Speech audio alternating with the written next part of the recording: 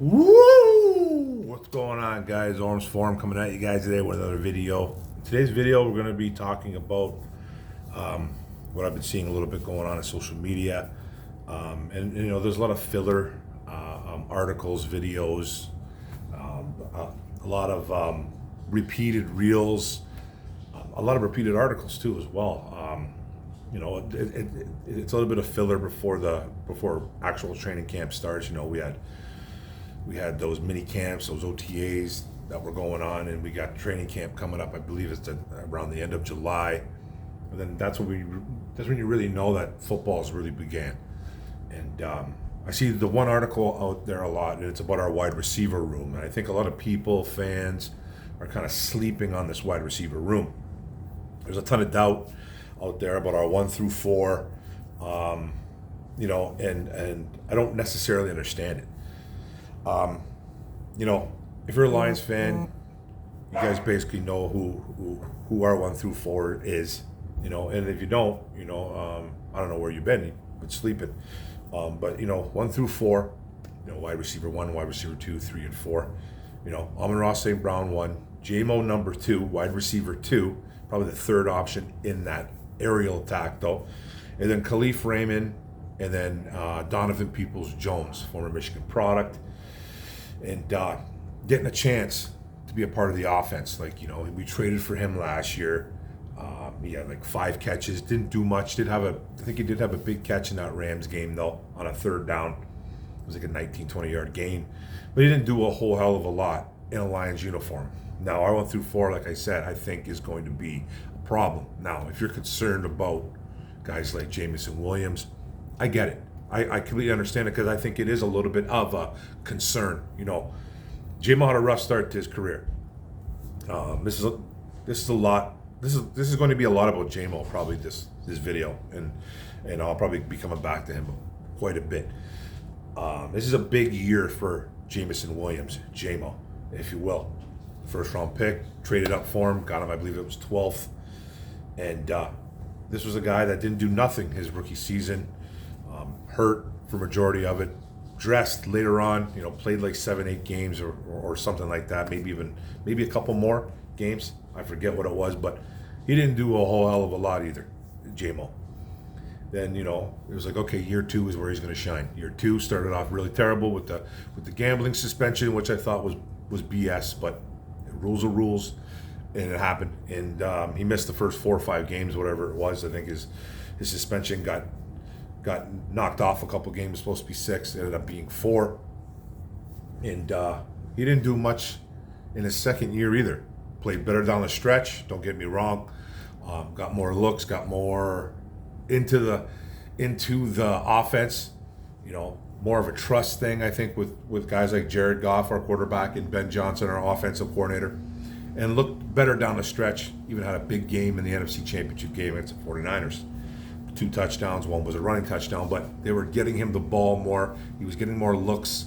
He was getting more touches and everything, targets, add it all up. He didn't have a big ass year. He didn't have nothing like that, but he did look better in his second year. But he is a first round pick. Hasn't lived up to the billing. I think guys like that are fighting for their lives here are wide receiver 5.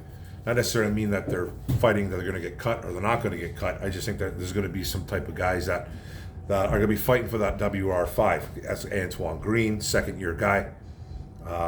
Tom Kennedy's still hanging around, fan favorite. Darius Fountain, a guy that they brought in.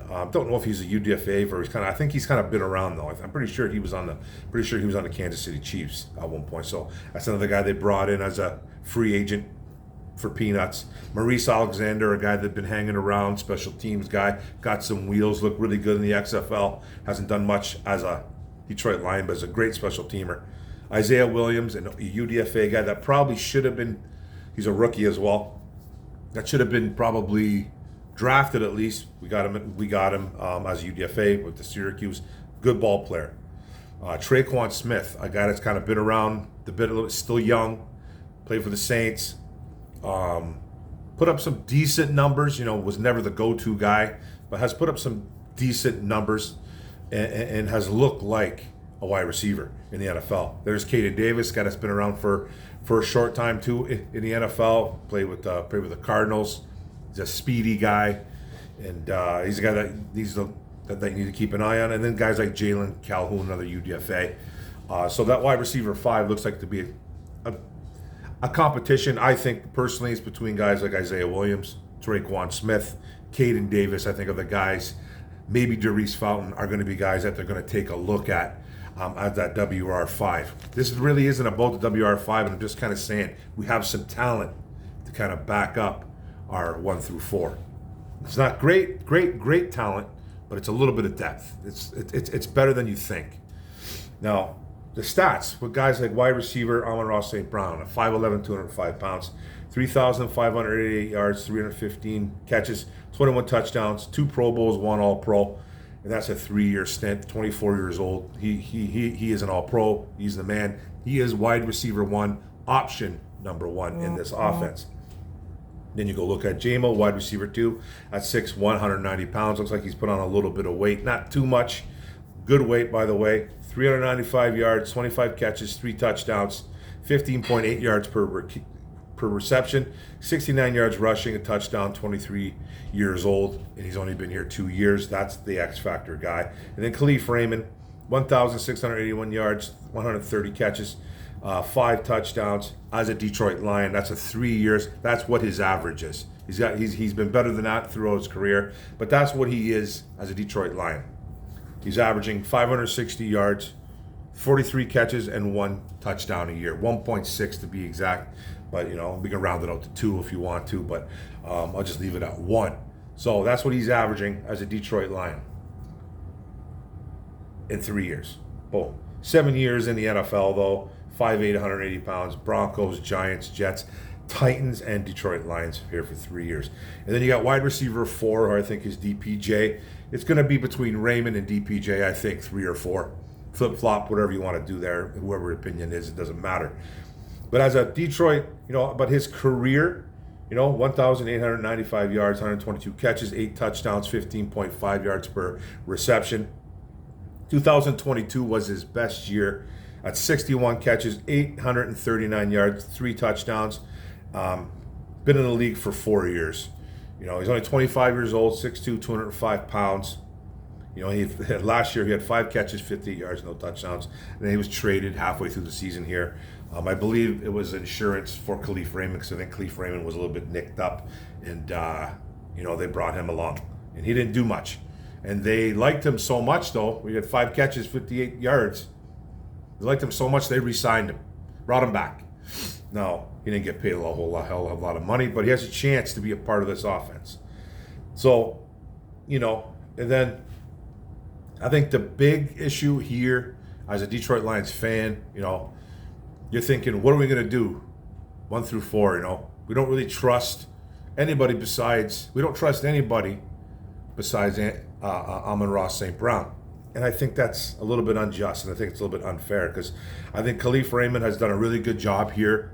43 catches, 560 yards, a touchdown, 1 touchdown or 2.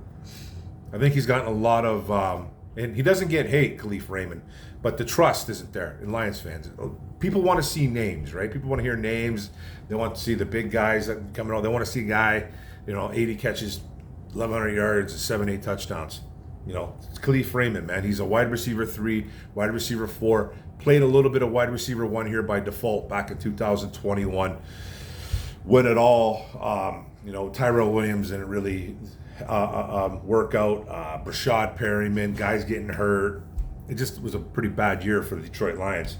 And then he kind of stepped up in that wide receiver role. Had some big games, actually. Had a couple games over 100 yards. Did his thing. Stepped up. They're not asking a whole hell of a lot for Khalif Raymond. And Donovan Jones, I think he was a 6th-round pick out of Michigan. Went to Cleveland. Didn't do much at Cleveland until like 2nd, 3rd year. Had that pretty kind of a breakout year with 61 catches, 830-something yards, and a handful of touchdowns. But he was wide receiver 2 there behind Amari Cooper.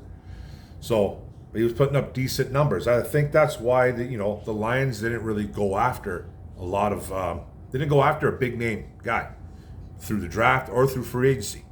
And there were guys that they could have, paid money to get to come over, and they didn't really do that, man. They completely ignored it in the draft, and they only brought back Donovan Jones and a handful of UDFAs like every team does every year. So the one guy that left here was Josh Reynolds, and I think a lot of people put, there's kind of a love-hate thing now with Josh Reynolds. Josh Reynolds, I think, was a very valuable piece when they brought him over 2-3 years ago. He was here for 3 years actually in Detroit. Drafted by LA, went to Tennessee, didn't do anything in Tennessee. I think they let him go. We picked him up through waivers. Jared Goff, I think, actually went to Brad Holmes. I think if I read the story right, and he said, hey, why don't you go get Josh Reynolds? I'm very familiar with him. I've been with him since those LA days. So he comes to Detroit and becomes wide receiver 2. He was the second option up until Sam Laporta last year, but he was the second option, and he was a guy that, as a Detroit Lion, 3 years in Detroit, 97 catches, 1,393 yards, and 10 touchdowns in 3 years. The average on that, 38 catches, 557 yards, 4 touchdowns. So what your line of thinking is, or what a lot of people's line of thinking is, myself included, is this guy going to be able to step up as wide receiver 2? Can he average 38 catches, 557 yards, and 4 touchdowns? Can JMO do that? Can a guy like a Jameson Williams come in here and do that? If he can't do that, I think there is a big problem in Detroit. Now, doesn't mean that this offense will still be bad, because I can't really come out here and say Jameson Williams is a better wide receiver than Josh Reynolds. He hasn't proven it. Is he more explosive? Is the ceiling higher? Have we not seen the best of Jameson Williams? I think we saw the best of Josh Reynolds. Solid player here. I think, like I said, the love-hate thing is real because of that NFC Championship game. 2 big drops in an NFC Championship game, kind of shrugged it off on the sideline. There's rumors about he's getting death threats on Twitter from fans, and that's probably true. And I do not doubt that for a second, because fans get crazy, man. Fans get crazy. I've seen it on Twitter where guys are like, man, going after athletes, celebrities, whoever they're going after, just being completely unhinged. And a lot of it's true.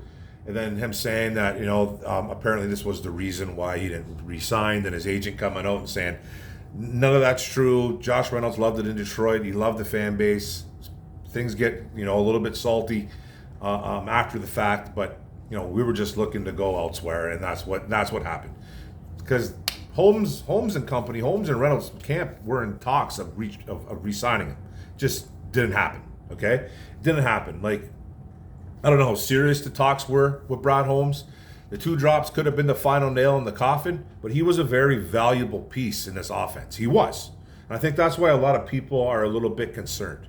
People are a little bit concerned. And we are looking at an offense that is potentially number 1 or number 2 in the NFL. They were last year? 5th?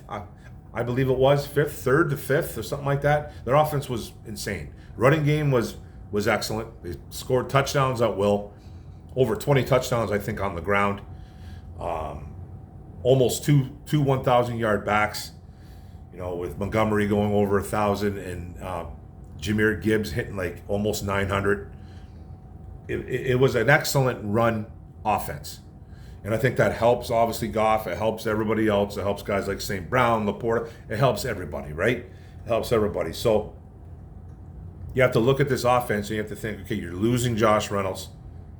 Can a guy like J-Mo step up? And I think J-Mo's going to have, I'm not saying J-Mo's going to have a breakout year 90 catches, 1,200 yards, and 12 touchdowns. I don't think that, because even though I think he got the bump up, he got the tick up, the green light pointing up with the departure of Josh Reynolds, he is now a wide receiver 2. He still is option 3 in this offense, though, behind Amon-Ra St. Brown, obviously, and I think Sam Laporta is option number 2, being tight end 1. I think he just surpasses every wide receiver on this team as another option, except Amon-Ra St. Brown, obviously. So I don't think Lions fans should be as concerned. right? I just don't think they should be as concerned. Reynolds was a good wide receiver here, but in reality, 3 years in Detroit, this man averaged 38 catches, 557 yards, and 4 touchdowns. I think J-Mo does that easily. I think he can do that very easily, actually.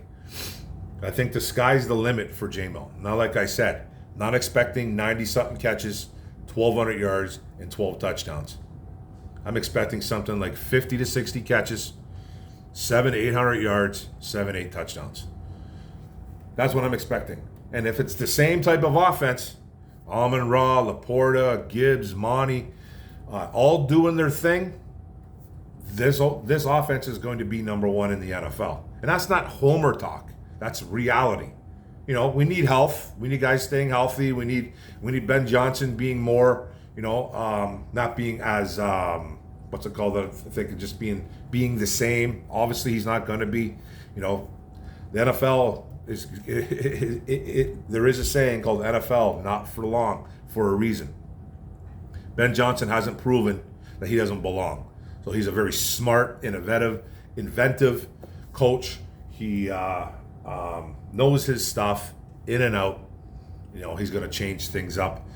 And I have full trust in guys like Ben Johnson. And I think they finally trust a guy like J-Mo to step in, because we've seen it at the end of the year last year. If we didn't see the growth of J-Mo, and I know it's hard to say the growth of J-Mo, this guy hasn't done nothing. He's a second-round pick and has done nothing. A first-round pick that has done nothing in his, and he's going on to his third year.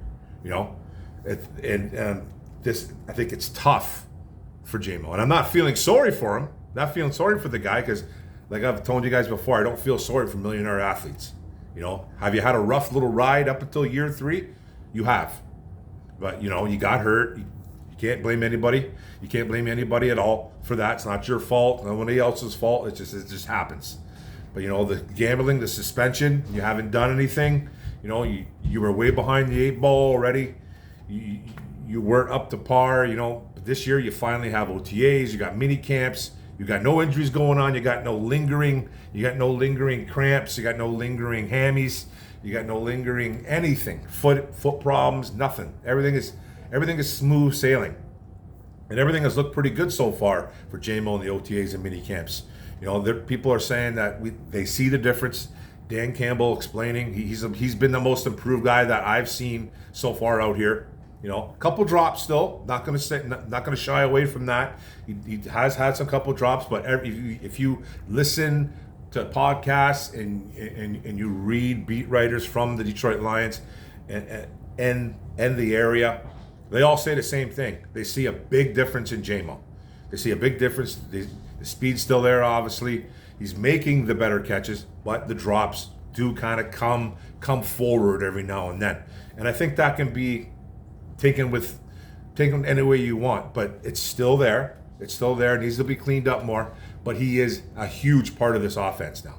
He's going to be a huge part. He's getting that final bump up, like I said, and he's going to be a big part. He's going to do the Josh Reynolds, kind of fill in, but I think he's more explosive, a better athlete, but I can't say he's the better wide receiver just yet. But I think the ceiling is way up. I think he has a higher ceiling than a guy than Josh Reynolds. And that's no knock on Reynolds, because I liked Reynolds here. He got the short end of the stick, obviously because those 2 drops, like I said earlier, and we won't go on about that anymore. But I think that's what it is. And there's a lot of hate towards Josh Reynolds, and a lot of it's unwarranted. I don't think it's fair to him, because he was pretty good here. He was good here. Just had the worst game of his life at the wrong time. So like I said, third, he'll be the third option. St. Brown, Laporta, number 2, J-Mo, and then you can fight whoever going to be Raymond or Donovan Peoples-Jones. Will they bring another guy in from outside? Don't know, but I love our 1 through 4. I think it's potentially to be astronomical numbers coming from all those guys. And I think Raymond and DPJ, Donovan Peoples-Jones, people seem to sleep on this guy a lot. People sleep on Donovan Peoples-Jones.